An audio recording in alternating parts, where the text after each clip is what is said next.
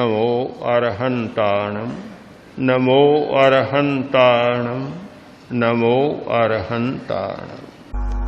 रोगी कौन होता है? शरीर ही तो होता है, मन होता है। शरीर है वे हमारे ज्ञान तंतु हैं। तो ज्ञान तंतु जितने स्वस्थ रहेंगे तभी आदमी स्वस्थ हो सकता है। क्या आप कल्पना करते हैं कि रोग के कीटाणु एक स्वस्थ आदमी के आसपास नहीं? क्या आप कल्पना करते हैं कि स्वस्थ आदमी के शरीर में रोग के कीटाणु नहीं है? प्रत्येक व्यक्ति के शरीर के भीतर असंख्य असंख्य रोग के कीटाणु चक्कर लगा रहे। एक स्थान भी ऐसा खाली नहीं कि जहां रोग के कीटाणु फैले हुए नहीं। रोग की सामग्री फैली हुई नहीं है, चारों तरफ है। तो फिर सब आदमी रोगी क्यों नहीं बन जाते? रोगी वह होता है जिसकी रोग निरोधक शक्ति कम हो जाती। रोगी वह होता है जिसकी प्राण शक्ति दुर्बल बन जाती है। प्राण शक्ति दुर्बल बनी और हमारी रोग प्रतिरोध की शक्ति भी दुर्बल बन जाती है। रेजिस्टेंस पावर कम हो जाता है और वह आदमी रोग से आक्रांत होता है, या शरीर का वह हिस्सा रोग से आक्रांत होता है जिस हिस्से की रोग निरोधक शक्ति कम हो जाती है, या प्राण शक्ति कम हो जाती है, या मेडिकल साइंस की भाषा में श्वेत अणु कम हो जाते हैं। रोग से लड़ने वाले रक्त में दो प्रकार के अणु होते हैं, लाल अणु और श्वेत अणु। श्वेत अणुओं की ताकत कम हो जाती है, वहां रोग अपना अड्डा जमा लेता है। हर आदमी रोगी नहीं बनता और शरीर का हर हिस्सा रोगी नहीं बनता। जहां यह शक्ति प्रबल होती है तो हमें विश्लेषण करने का मौका मिलता है कि यह रोग निरोध की शक्ति कम क्यों होती है, प्राण शक्ति का संतुलन क्यों बिगड़ता है, प्राण शक्ति कम क्यों होती है। इसका सारा विश्लेषण करें तो पता चलेगा हमारे असंयम के कारण यह सब कुछ होता है। व्यक्ति का असंयम, एक की चर्चा की खाद्य असंयम, दूसरा इंद्रिय का असंयम यानी पांचों इंद्रियों का असंयम, खाने का, सूंघने का, चखने का, छूने का यानी स्पर्श का, देखने का, यह असंयम है। यह बीमारियों के लिए पृष्ठभूमि तैयार करता है और उन कीटाणुओं को आक्रमण करने का मौका देता है। हमें प्रेक्षा ध्यान के द्वारा इस सच्चाई को समझना है और कोई आदमी भविष्य में ऐसी स्थिति न बने उसके लिए अगर जागरूक बनना चाहे तो उसके लिए बहुत अच्छा मौका है कि वह ध्यान के द्वारा इस प्रकार की एक भित्ति का निर्माण करे, एक भूमिका का निर्माण करे, एक रोग निरोधक रक्षा पंक्ति का निर्माण करे, जिससे कि यह स्थिति टल जाए। टाला जा सकता है। आप निश्चित माने कि रोगी होना कोई अनिवार्यता नहीं है। इस दुख को भोगना कोई अनिवार्य नहीं है कि ऐसा करना ही होगा। हमारे प्रमाद के कारण यह स्थिति बनती है और हमारे अप्रमाद के कारण इस स्थिति को टाला जा सकता है। अपना प्रमाद न हो तो बार बार आदमी रोगी बन जाएगा। एक जेलर ने कैदी से कहा कि भाई क्षमा करना, 10 दिन ज्यादा हो गए, तुम्हें मेरे प्रमाद के कारण, विस्मृति के कारण 10 दिन और ज्यादा जेल में रहना पड़ा। 10 दिन पहले छुट्टी होनी चाहिए थी, 10 दिन और रहना पड़ा। कैदी बोला, हुजूर चिंता की कोई बात नहीं, अगली बार आऊं तो 10 दिन पहले छोड़ दे। अब जिसके मन में अगली बार आने की बात ही है, वह कैसे बच सकेगा? जो तैयार है अगली बार जेल में आने के लिए, तो जो तैयार है अगली बार फिर बीमार होने के लिए, उसके लिए कोई उपाय नहीं हो सकता। किंतु जिसके मन में यह संकल्प हो कि अगली बार फिर जेल में नहीं आना है, जेल का मुंह नहीं देखना है, जिसके मन में यह संकल्प हो कि अगली बार फिर बीमार नहीं होना है, उस व्यक्ति के लिए एक बहुत बड़ा विषय है यह रोग के साथ मैत्री स्थापित करने का। रोग के साथ मैत्री स्थापित करने का मतलब रोग को सहलाने का नहीं है, किंतु जिस अंग में रोग उत्पन्न होता है उन ज्ञान तंतुओं के साथ मैत्री स्थापित करने का। चिकित्सा की बहुत सारी पद्धतियां रही है, उनमें एक महत्वपूर्ण पद्धति रही है ज्ञान तंतुओं के साथ मैत्री स्थापित करने की। आपने सुना होगा जब मृगापुत्र से माता ने कहा, पुत्र तुम दीक्षित होना चाहते हो, पर जब बीमारी आएगी तब क्या करोगे? कहां से दवा आएगी? कौन चिकित्सा करेगा? कौन सारा उपचार करेगा?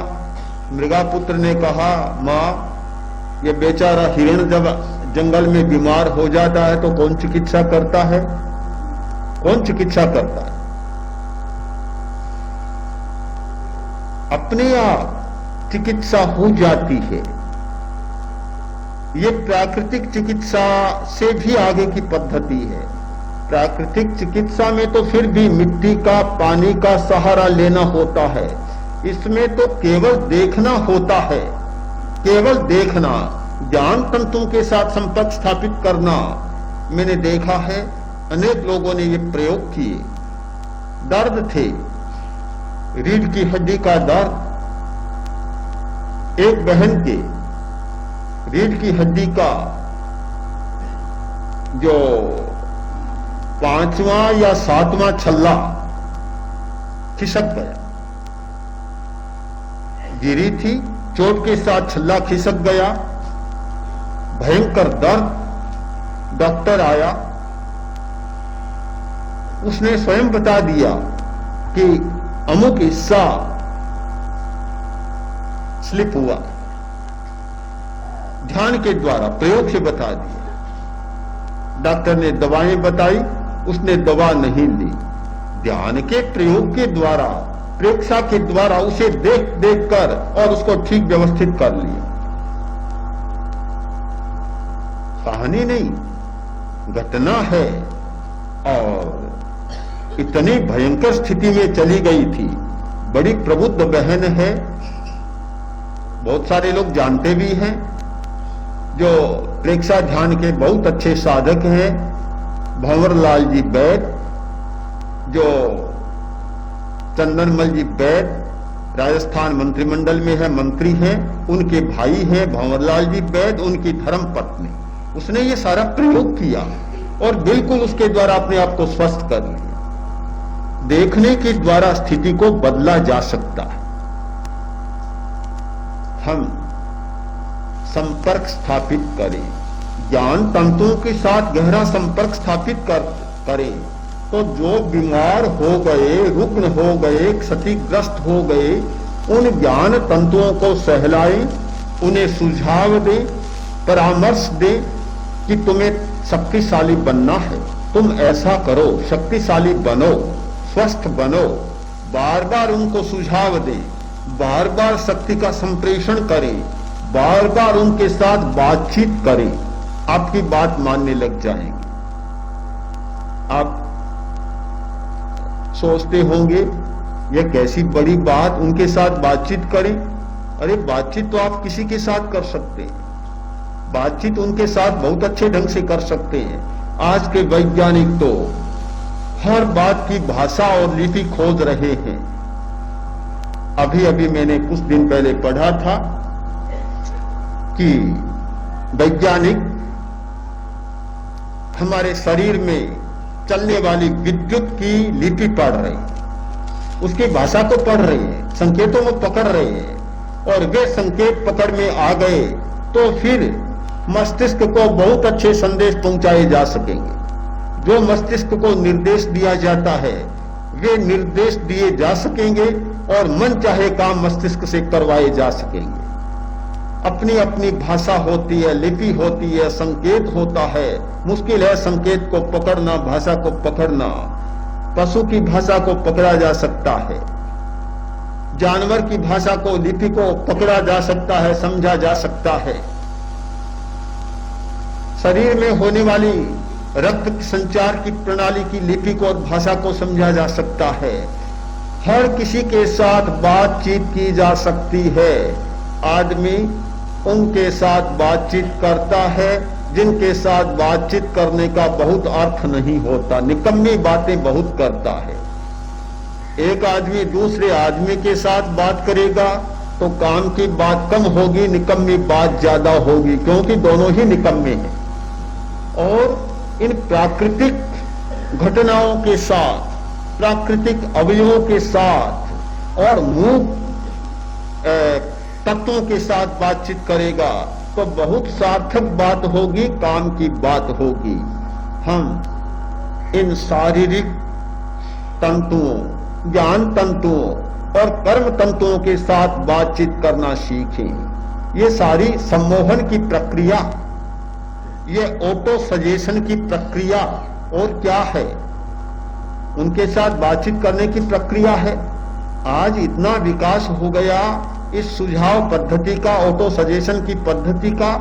बड़े बड़े डॉक्टर इसका प्रयोग करते हैं और सुझावों के द्वारा बिना मूर्छा लाने वाली औषधि का प्रयोग किए बड़े बड़े ऑपरेशन कर देते हैं सम्मोहन के द्वारा, सुझावों के द्वारा। सुझाव देता गया, ऑपरेशन कर दिया और बीमार को पता ही नहीं चला। यह अवैज्ञानिक बात नहीं है, बहुत बड़ी वैज्ञानिक बात है। इस बात को ठीक से हम समझें कि हमारे ज्ञान तंतुओं के साथ हम संपर्क स्थापित करें, मैत्री स्थापित करें। और विशेषतः जो अंग और जिस अंग के ज्ञान तंतु कमजोर हो गए हैं उनके साथ और गहरा संपर्क स्थापित करें, प्राण शक्ति को ज्यादा प्रवाहित करें। जैसे ही हमारा ध्यान उस पर जाएगा प्राण का प्रवाह वहां हो जाएगा। जहां चित्त गया प्राण का प्रवाह वहां चला जाएगा और प्राण का प्रवाह वहां गया और ज्ञान तंतुओं को ताकत मिलनी शुरू हो जाएगी। यह रोग के साथ मैत्री स्थापित करने का प्रयत्न है। बहुत लोग दुखी हो जाते हैं रोग के कारण। मैं समझता हूं हमारा सबसे बड़ा अज्ञान है।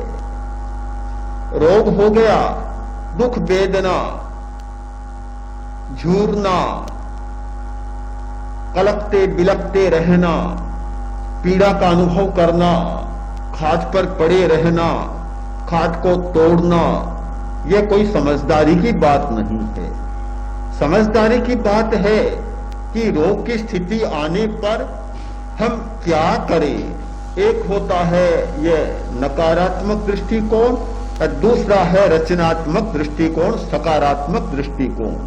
अधिकांश लोग और किस प्रकार जीवन में प्रकट होने वाले दुखों से निपटा जा सकता है, यह रचनात्मक दृष्टिकोण इस प्रेक्षा ध्यान के अभ्यास के द्वारा उपलब्ध हुआ तो समझना चाहिए कि जीवन बदलेगा, जीवन के प्रति दृष्टिकोण बदलेगा, हर समस्या को देखने का कोण बदलेगा और समस्या के समाधान का भी हमारा दृष्टिकोण बिल्कुल बदलेगा।